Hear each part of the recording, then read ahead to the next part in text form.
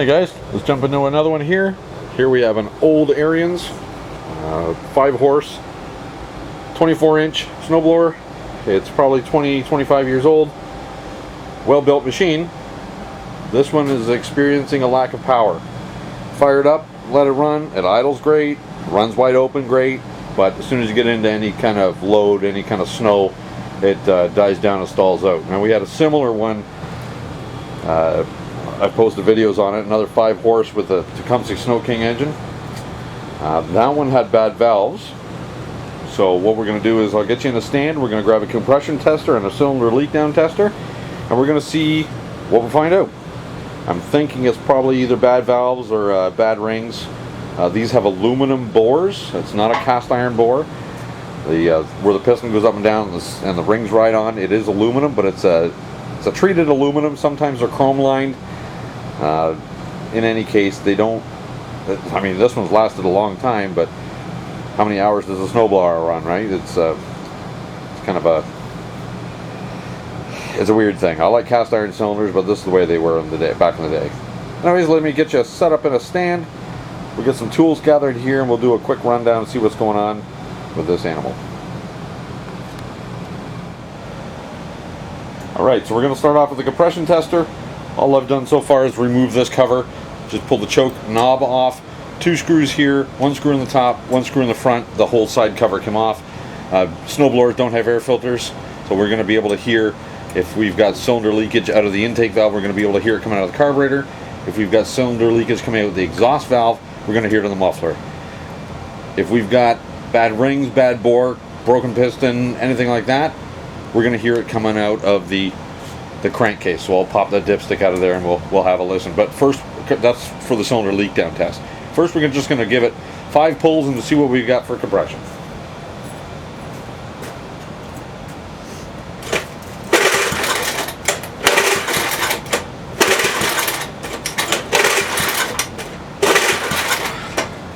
What are we reading there? 60 pounds. That is not enough compression. 60 pounds, dead cold. Okay, so we'll unthread that. Get that out of there.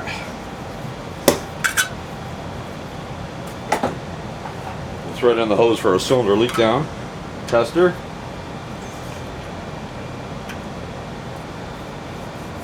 I've done a video on this leak down tester. I don't know if everybody's seen it. I'll post a link at the top there to the video where I explained what this does and how it helps diagnose to more accurate diagnostics. Actually, compression tester tells you there's no compression, but it doesn't tell you where the compression is going. So, crank this up. There's a set point here. It sends a measured amount of air into the secondary area here down to the piston. I'm just going to pull it over real slow with the cord and see what we get for a minimum leakage. So it sends out a certain amount of pressure, and this gauge reads how many percent of that pressure is being lost. So if, say it's putting 100 psi in, which it isn't, it's lower, but it's just for numbers. Let's say it's putting 100 psi in. If this is reading 75, it means it's only got 25 pounds that's reading on the gauge. It's 75% leakage. So this is set right now. Let me check, see if you can see that. Try and zoom in a little. Hopefully the glare from the window is not going to get you too bad there. I think it might. But anyways, well, I'll get it a little closer in a second. So right now, the piston is not at top dead center. The valves are not closed, so it's reading 100% leakage. So I'm just going to slowly pull the rope over until I get this needle going to the least amount of leakage. Conversely, I could pull the hose out, check where the piston is, make sure the valves are closed, which I might end up having to do. So I got 85%, 65%.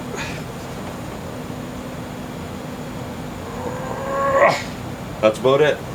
Oh, it just popped over.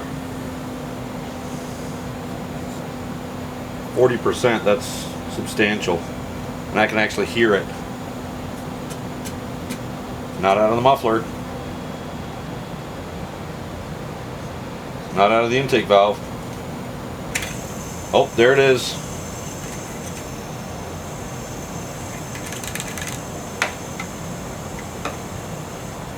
I actually feel a lot of air coming out of the crankcase. We got a bad set of rings or a bad bore. Probably the bore. So that's what a cylinder leak down tester will do for you. It'll tell you what the problem is. Compression tester will tell you you have a problem. This tester will tell you where the problem is. So at this point, what we're going to do is I'm going to pull the recoil starter off the front. Just zoomed out so you can see what I'm pointing at.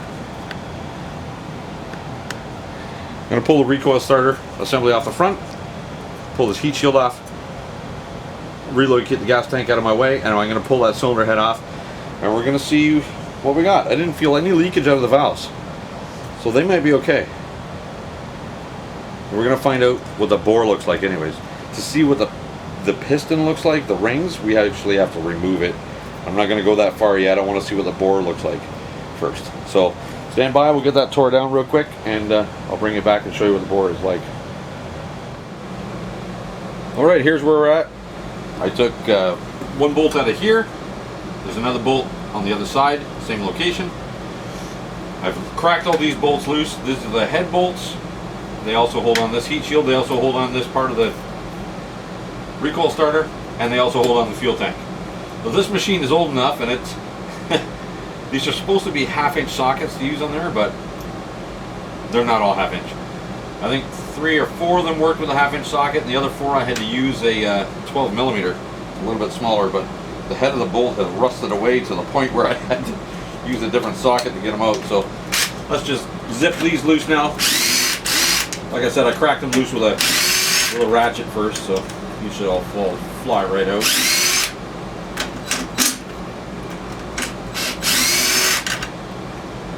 That's those. That's the 12 millimeter ones.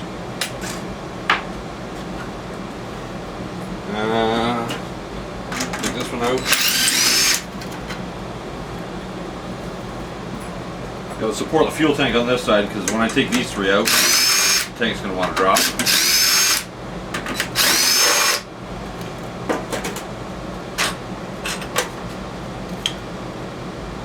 These are the same length.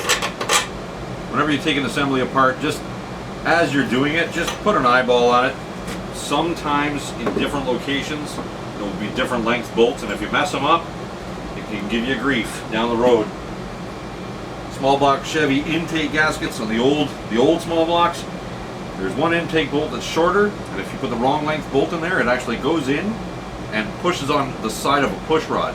So the first time the lifter pushes the push rod up, the valve will open, but that tension on that intake bolt will hold it open, so you have a dead misfire on one cylinder. It's been 100 years since I've done one, so I don't know exactly what cylinder it is, but it's one of them. These are all the same length so far. There's a washer on that one. All the same length. Okay. Heat shield's ready to come out. Perfect. We'll just slide that recoil starter off the front. Oh, I should mention, instead of messing with all the linkage here for the carburetor, the governor and the throttle plate, all I did was I took the 2 1/4-inch little bolts out of the whole bracket, just so it could stay all attached where it needs to be, just out of the way. We'll just move that a little bit. And that cylinder head should pop off. Need to get a little rubber mallet.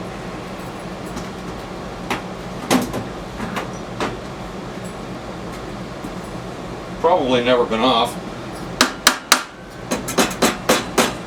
There we go.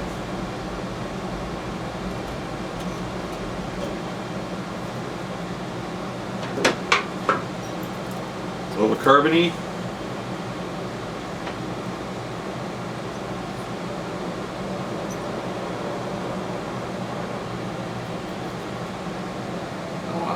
Okay. So what I'm going to do, let me get this up.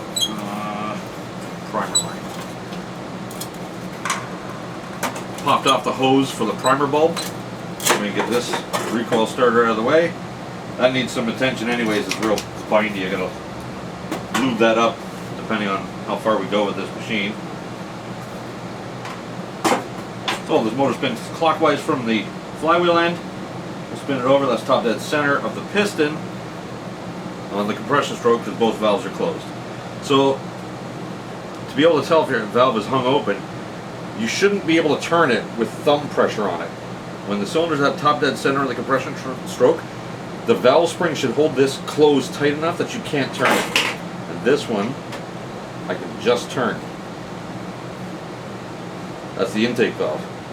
That tells me that the valve clearance is off. That needs to be adjusted, and that's a whole other video. Now let's continue. Let's see what the bore looks like. If the bore is done, the machine is done. Or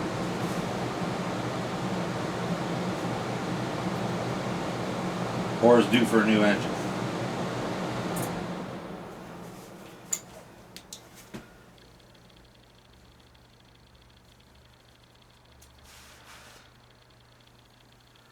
So I'm running my finger around inside here, checking for scratches. If your fingernail can catch a scratch in the bore, it's bad enough that it's going to leak compression. There's lots of them. Lots of them in there.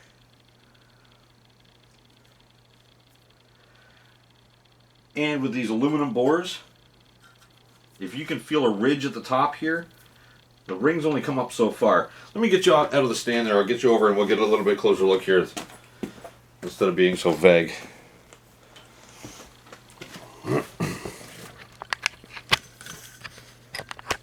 Definitely like my quick detachable mount for my camera. It makes it a lot easier. Okay, let's see if the lighting can catch what I'm seeing. It might be too much lighting. I think you might just be able to see it there.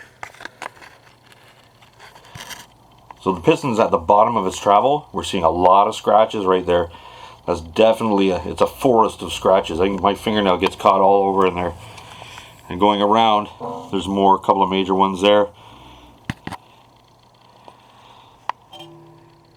Some more, there's a major one right there, right in here. And I was talking about the ridge. You can see the difference in coloration here. The top area here, which looks nice and silver, that has factory crosshatch in it. And crosshatch is basically the X marks that you see when they run a hone in it. There's a little bit of crosshatch here. You see there's an X mark there. You want a 45-degree crosshatch. This has never been touched by the rings. The rings ride up and down, further down the bore, up until that line right there. And the rings never go above that, but the piston does. So, diagnostics on this one. She's a tired old girl. She needs a new engine. Here in Canada, we don't have Harbor Freight. We have what's called Princess Auto. It's very similar. They sell similar items, similar price points from similar countries around the world. But to replace that engine, it's not just unbolt this one and bolt a new one on. It's very close to that. The belts usually need to be replaced with either longer or shorter, and the 4 mounting holes at the base of the engine, there's four nuts like that. Those usually need to be moved forward to the front of the machine a little bit in order to get the new engine to bolt up. But they're inexpensive. They have a warranty on them. They're brand new engines. Matter of fact, I priced out an engine already for this customer, and it was $170 Canadian, brand new. And that's it's called a snowblower engine by the store.